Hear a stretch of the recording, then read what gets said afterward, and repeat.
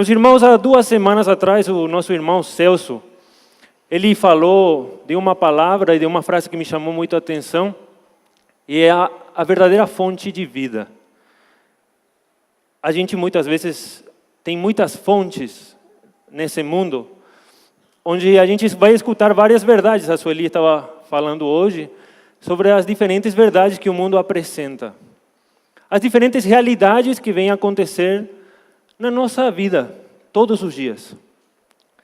Só que existe um só Deus, existe uma só realidade e uma só é a verdadeira fonte de vida. Se eu posso colocar um título para essa pregação, é um só Deus, uma só realidade e uma única fonte de vida. Um só Deus.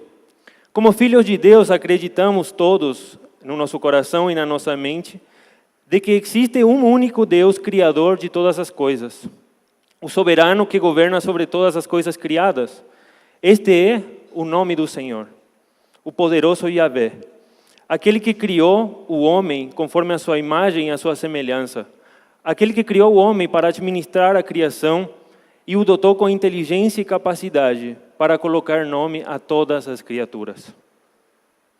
O Senhor o deu sabedoria e inteligência e permitiu também um privilégio muito grande para o homem. O privilégio de se relacionar com Ele.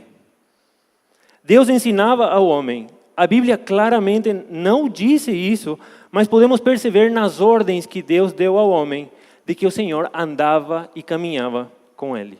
O relacionamento que o homem tinha com Deus antes da queda era o relacionamento de pai e filho.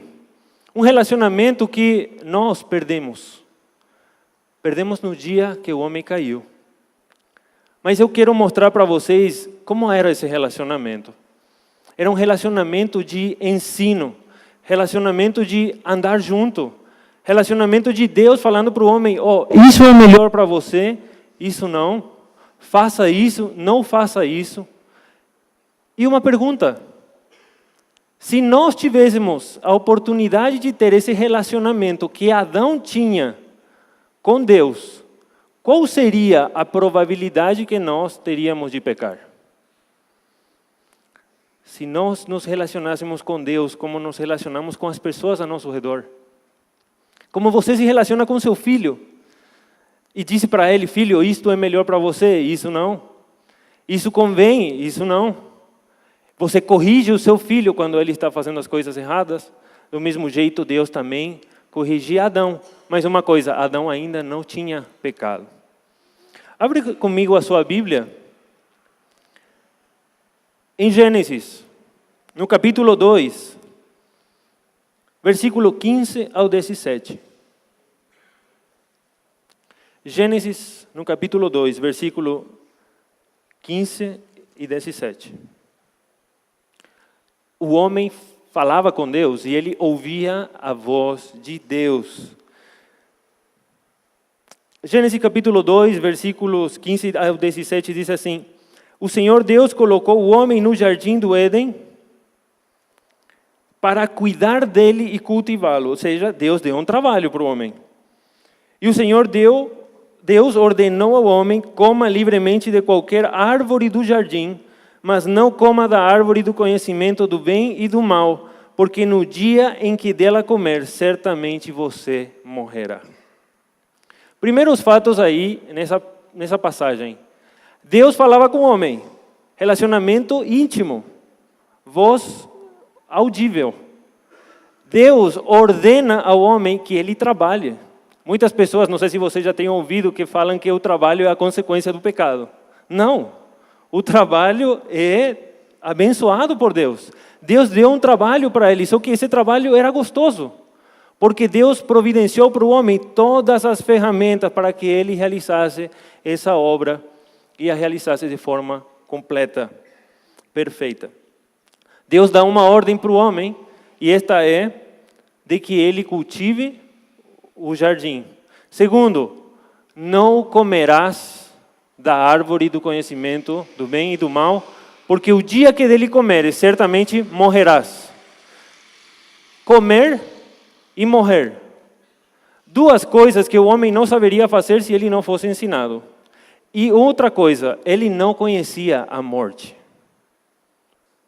Mas ele, com certeza, conheceu o que era a morte, porque Deus explicou para ele. Ou seja, Deus caminhava com o homem e ensinava a ele o que era a vida. Olha a oportunidade que o homem tinha de entender a verdadeira vida. A vida com Deus, a vida para suprir as necessidades dele, mas glorificando a Deus. Tudo isso se perdeu. Gênesis capítulo 3, versículo 8 até o 10. Nesses versículos, a gente já vai ver uma consequência daquilo que nós já sabemos. O homem acreditou na mentira de Satanás. Satanás entrou no mundo, enganou o homem, oferecendo outra vida. Como assim outra vida? Oferecendo para o homem outra oportunidade de ele ser algo a mais. O homem poderia ser igual a Deus. O homem já não era a imagem e semelhança de Deus? O homem já não se relacionava plenamente com Deus? Mas Satanás leva uma mentira diante do homem e este acredita de que existe um lugar onde o homem pode ser o Deus da sua própria vida. Gênesis capítulo 3, versículo 8 e 10 diz assim: depois de pecar, ouvindo o homem e a sua mulher os passos do Senhor Deus, que andava pelo jardim, quando soprava a brisa do dia, esconderam-se da presença de Deus entre as árvores do jardim. Mas o Senhor Deus chamou o homem, perguntando: onde você está? E ele respondeu: ouvi teus passos no jardim e fiquei com medo, porque estava nu, por isso me escondi. Anteriormente, quando o homem ainda não tinha pecado, o que aconteceu? O homem andava com Deus. O homem morava com Deus. O homem andava com Deus todos os dias, sem temor. Mas por consequência do pecado, a gente pode ver a palavra medo aqui. Quando nós pecamos, cristãos, sentimos no nosso coração medo. Porque o Espírito Santo que habita em nós nos incomoda.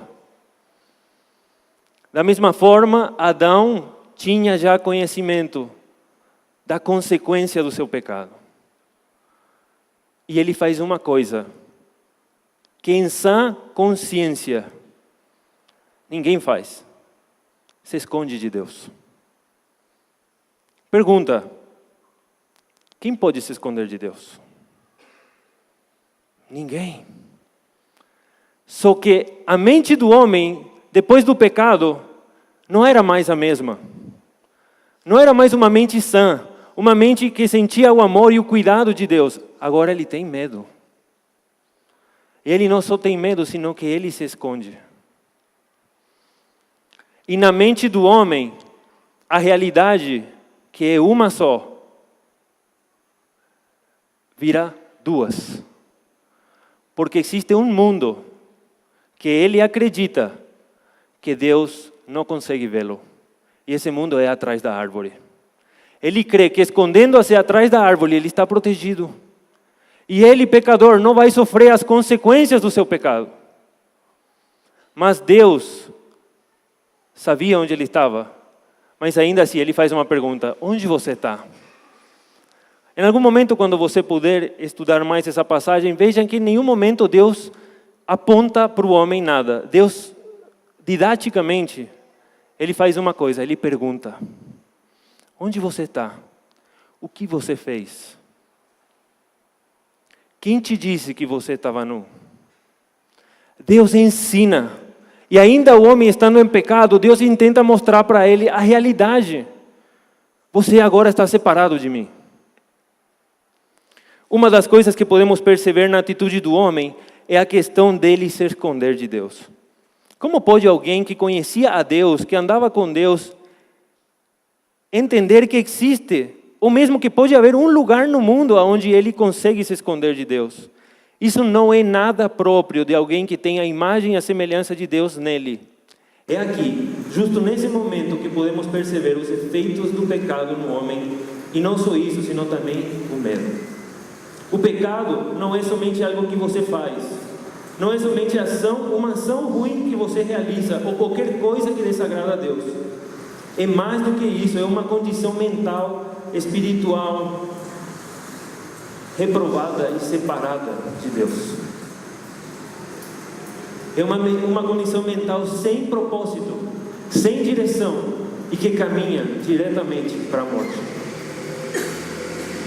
Essa morte é separação eterna de Deus.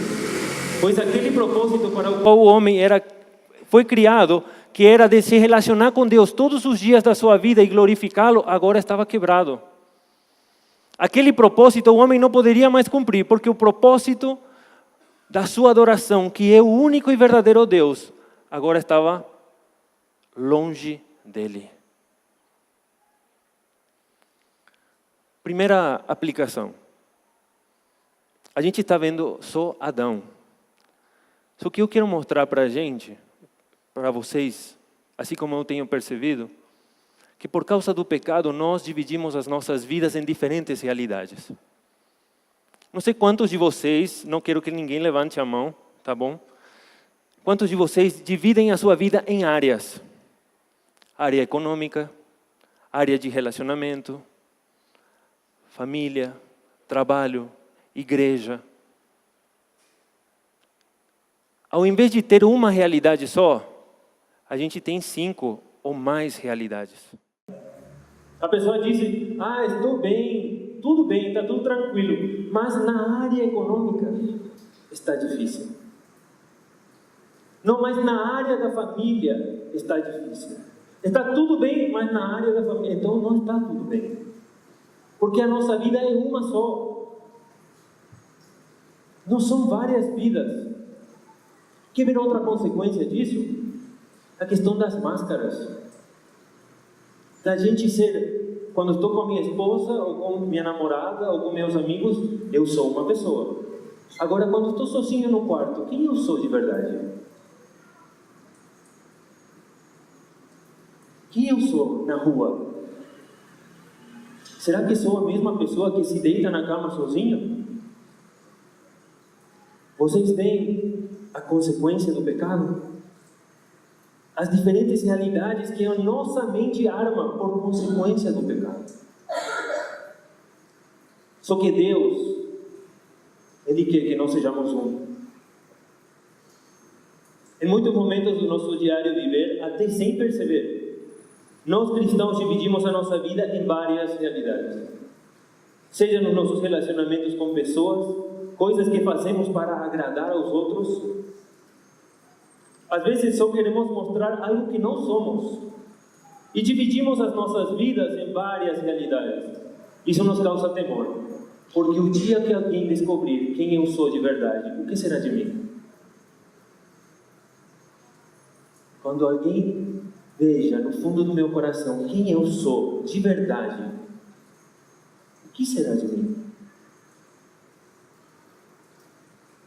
Quem poderá me defender agora?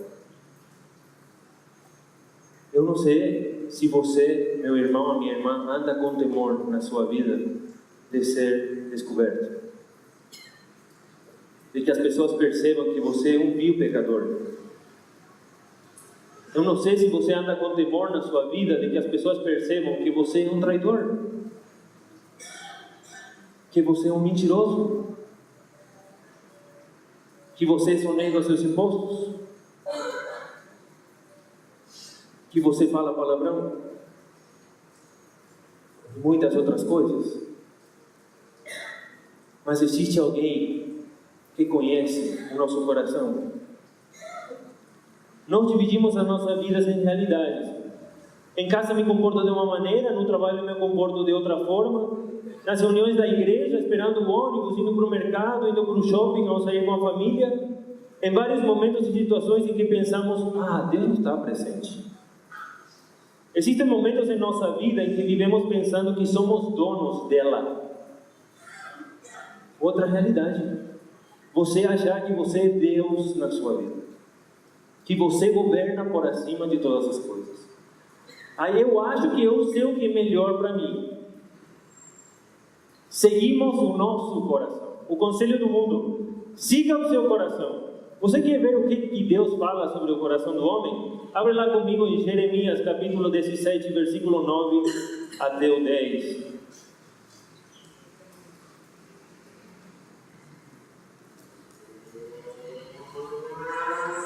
Jeremias, capítulo 17, versículo 9 e 10. O que diz, meus irmãos? Diz assim: o coração é mais enganoso que qualquer outra coisa, e a sua doença é incurável. Quem é capaz de compreendê-lo? Nenhum ser humano. Mas olha o que diz o 10. Eu sou o Senhor que sonda o coração e examina a mente para recompensar a cada um de acordo com a sua conduta, de acordo com as suas obras. Eu, o Senhor, conheço o coração. Eu sondo a mente do homem e eu conheço a sua realidade. Eu sei quem você é.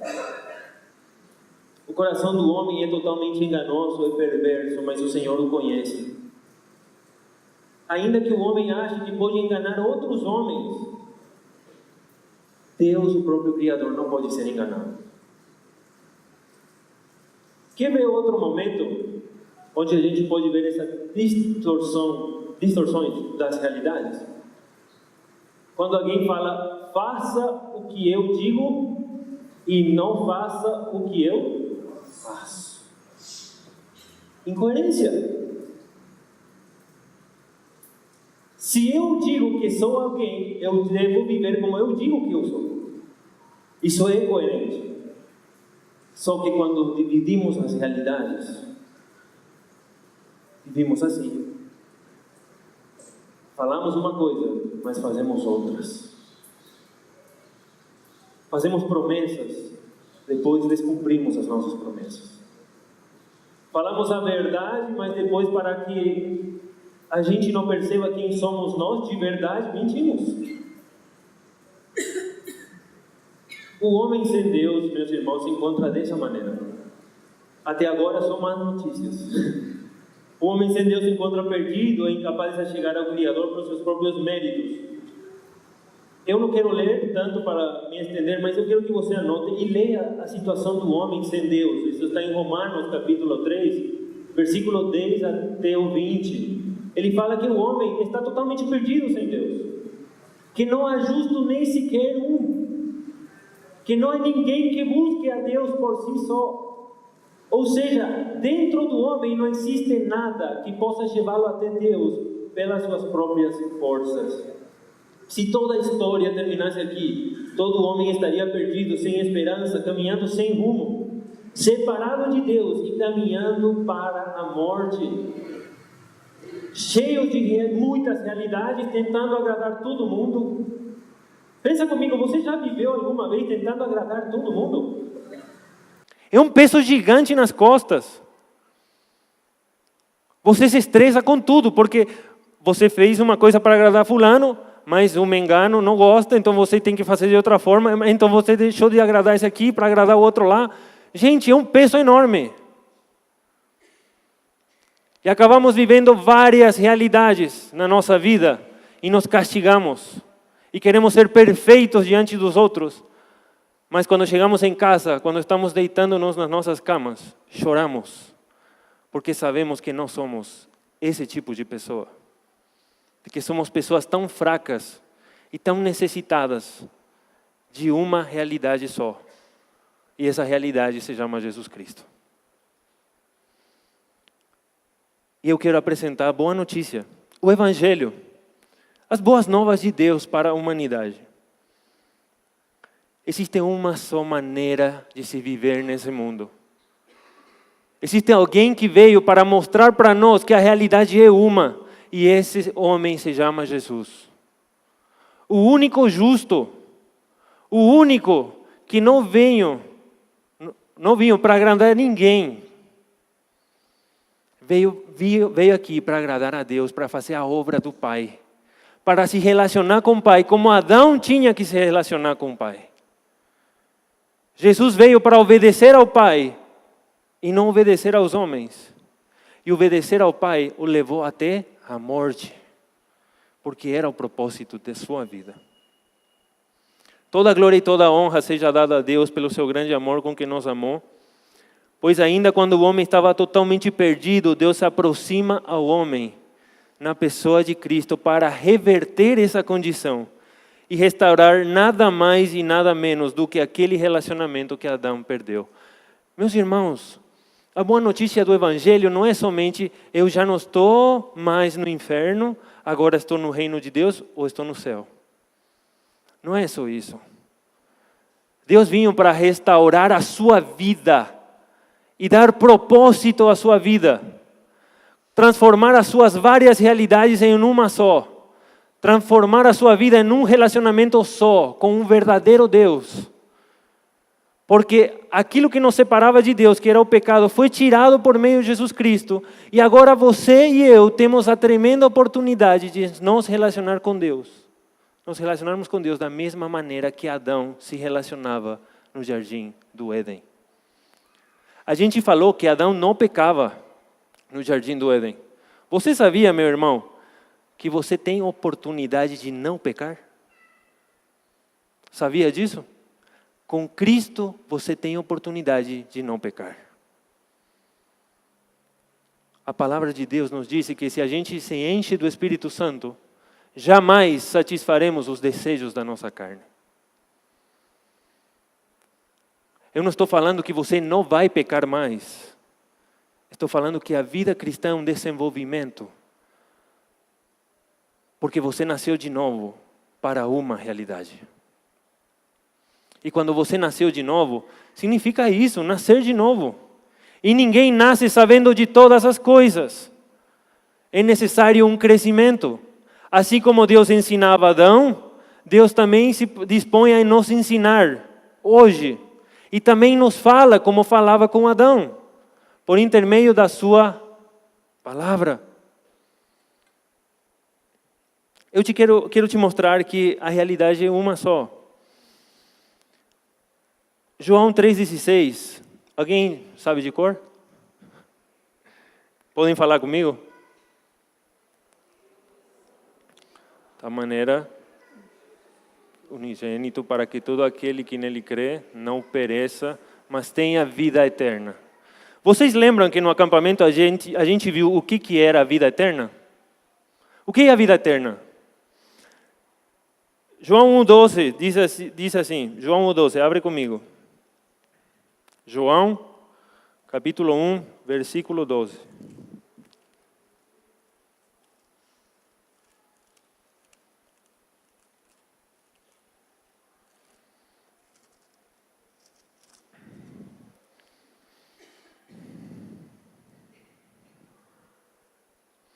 Contudo, aos que o receberam, aos que creram em seu nome, deu-lhes o direito de se tornarem filhos de Deus.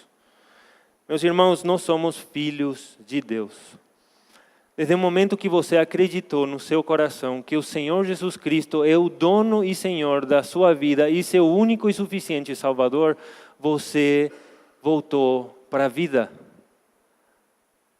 Você acabou de deixar atrás o mundo. A morte já não está sobre você. Só que Deus te convida a fazer parte de uma única realidade, que é se transformar conforme a imagem de Cristo Jesus. É interessante que Deus quer que todo homem seja parecido com Cristo Jesus. Com quantas pessoas a gente tem que ser parecido? Quantas pessoas? Várias? Uma só. Quantas realidades? Uma só. Quantos deuses? Só um.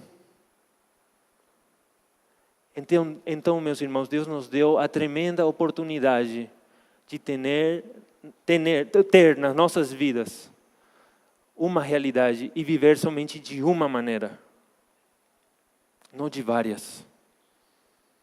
Isso se aplica a toda nossa vida.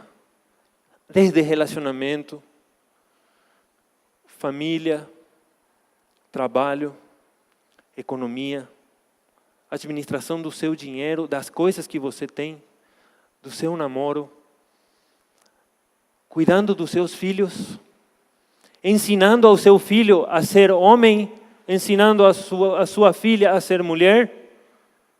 A palavra de Deus não são várias palavras, é uma só. Deus disse, por intermédio de Jesus Cristo disse: meu fardo é leve. O fardo de Deus não é pesado, de jeito nenhum. Porque Deus não coloca várias maneiras de viver, Ele coloca uma só. Você quer ser na sua vida? Viva como Jesus. Viva como Ele viveu. Ame como Ele amou. Obedeça como Ele obedeceu. Seja humilde como Ele foi humilde.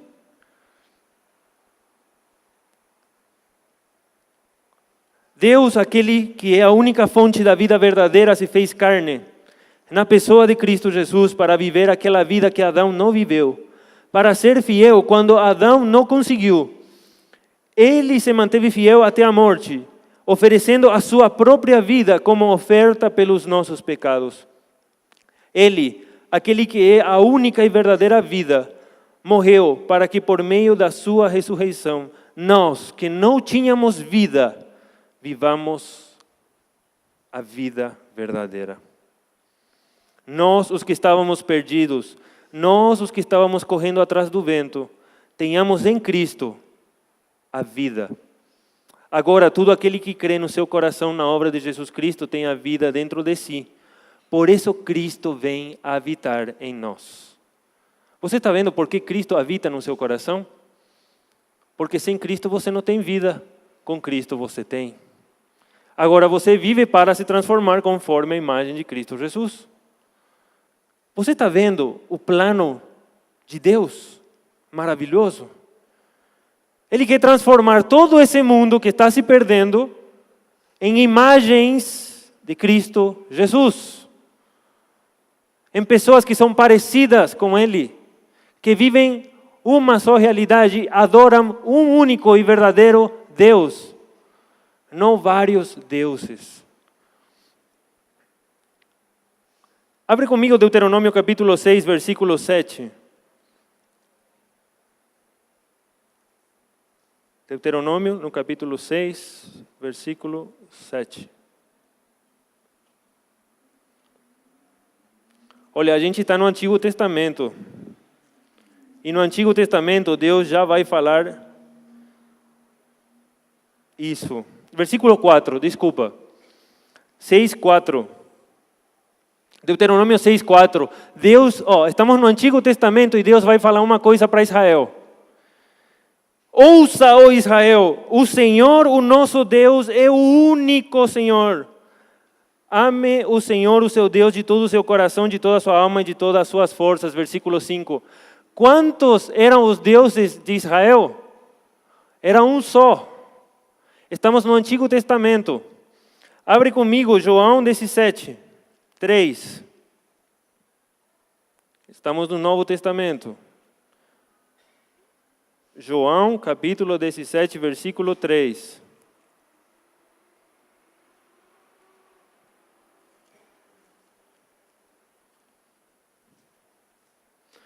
O que diz João 17, versículo 3, diz assim: esta é a vida eterna, que te conheçam o único Deus verdadeiro e a Jesus Cristo a quem enviaste.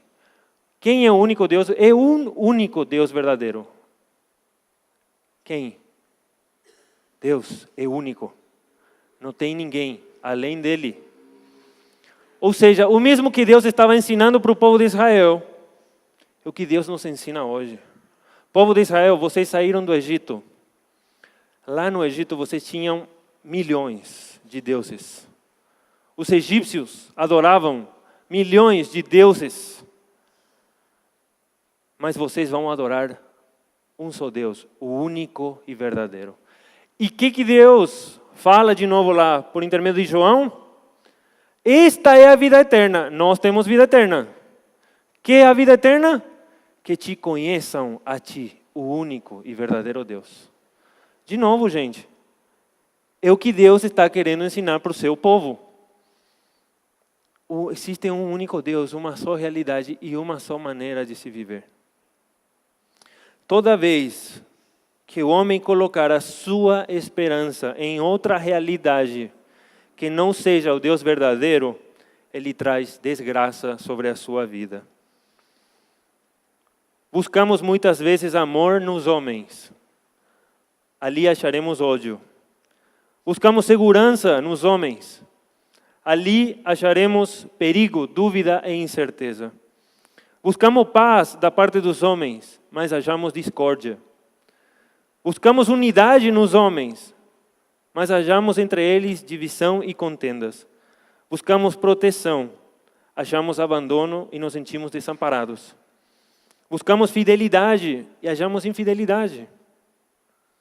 Só em Cristo podemos achar amor, segurança, paz, unidade, proteção, fidelidade, generosidade e vida verdadeira. João capítulo 10, versículo 10.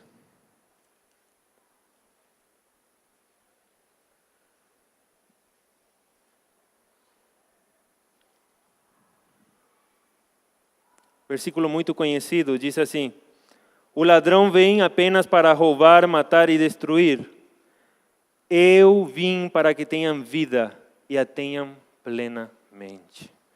Meus irmãos, fora de Cristo Jesus, a gente não tem vida.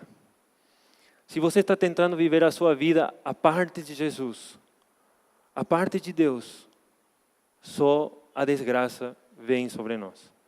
Mas se com Cristo, se estamos em Cristo e vivemos como Cristo viveu, somos luz e andamos na luz. Não existe temor algum no nosso coração, porque sabemos que podemos viver para agradar ao único e verdadeiro Deus. Vivemos uma única realidade e vamos nos tornar um dia conforme a imagem e semelhança de Jesus Cristo. Amém? Vamos orar? Senhor nosso Deus, nosso Pai, louvado seja o Teu grande nome, porque só pela Tua grande misericórdia, Senhor, e pelo Teu grande amor, a gente recebe, Pai, a Tua palavra para abrir os nossos olhos, assim como a gente cantou nessa noite, Senhor. Só por meio da Tua graça e por meio do Teu amor, do Teu Espírito Santo, a gente consegue ler a Tua palavra e entender, Senhor, que Tu és o único e verdadeiro Deus, que existe só uma realidade e que existe um só lugar onde acharemos a vida verdadeira, e é em Cristo Jesus, é na Tua palavra. Senhor meu Deus, eu quero pedir pelo coração de cada pessoa que está aqui presente, que essa palavra sirva de desafio, Senhor, para que a gente possa procurar entender mais a Tua palavra, para vivermos mais e mais essa única realidade que é, Senhor, a de Te agradar, de Te glorificar. Eu deixo nas Tuas mãos, Senhor, o resto dessa noite, em nome de Cristo amado Jesus. Amém.